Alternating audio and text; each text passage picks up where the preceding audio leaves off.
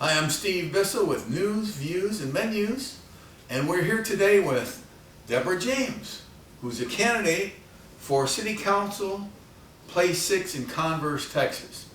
And she's been gracious enough to be here with us today. All the candidates have been extended an invitation to join us on this Meet the Candidates Forum, and your opponent has chosen not to do so. So, thanks for being here. You're welcome, Steve. Thank you for inviting me. Now, what is Place 6? I've lived in Converse for over 7 years, and I don't know the places. We have place 1 through 6 and then mayors because we're home ruled, governed by ourselves, and we don't have districts. We have places because Converse is too small to divide up into districts. So you have places, but that does not mean that you're just going to be in the place where you're at. Once you're elected council person, you will talk to everybody in Converse, not only just where you live. Okay, so I can vote for a candidate that's from other places? Yes. Not specifically just Not the one I'm in? specifically, yeah. Just as long as it's in Converse, the places, you can vote any place you want. But all council people handle all of Converse. Just, you have to have a place, you have to put a place in order to run. All right. You were on the city council before and you ran for mayor? That is correct. And so is it mandatory, or is it a guideline that if you lose a race you give up your council seat? No, sir. My seat, I was on place 3, and my seat was due to rerun again because you hold your place for 2 years. And my place was due to run again, and I chose to run for mayor. That doesn't mean I give up my seat. That means my seat was finalized at the last 2 years after I served. So no, I did not give up some people say I did, but I did not give up my seat. My seat was due to run again. Okay.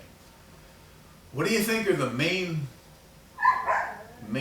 points of this election? What are people campaigning on? Well, I don't know what other candidates are campaigning on, but I do know I have been walking, conversing, talking to citizens and everything, and I listen to what they're talking and what they want to see.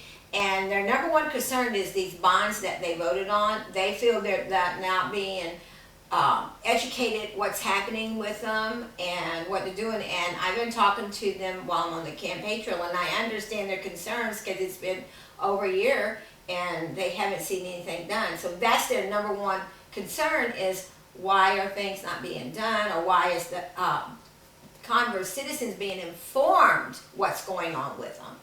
So that's their number one concern, because they're not being informed what's going on with the bonds.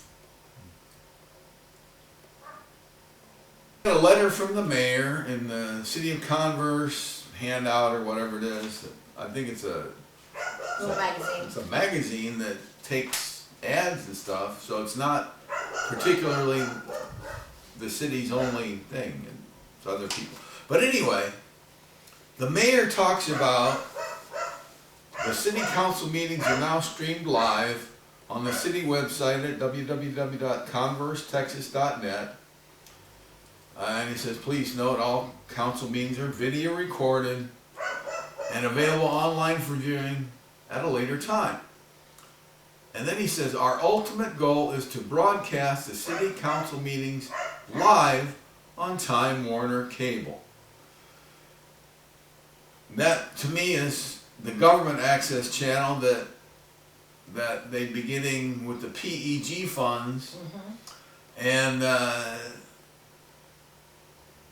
without the public access channel, it doesn't seem like the PEG funds can be used any other way. So, what happened to the Converse Community Access Channel? That a question I've always been asking. I'm a little bit familiar with the PEG fund, and I did ask what happened, and I was told, and I was in the impression that it was live already on television. Now, I don't know if that is indeed true.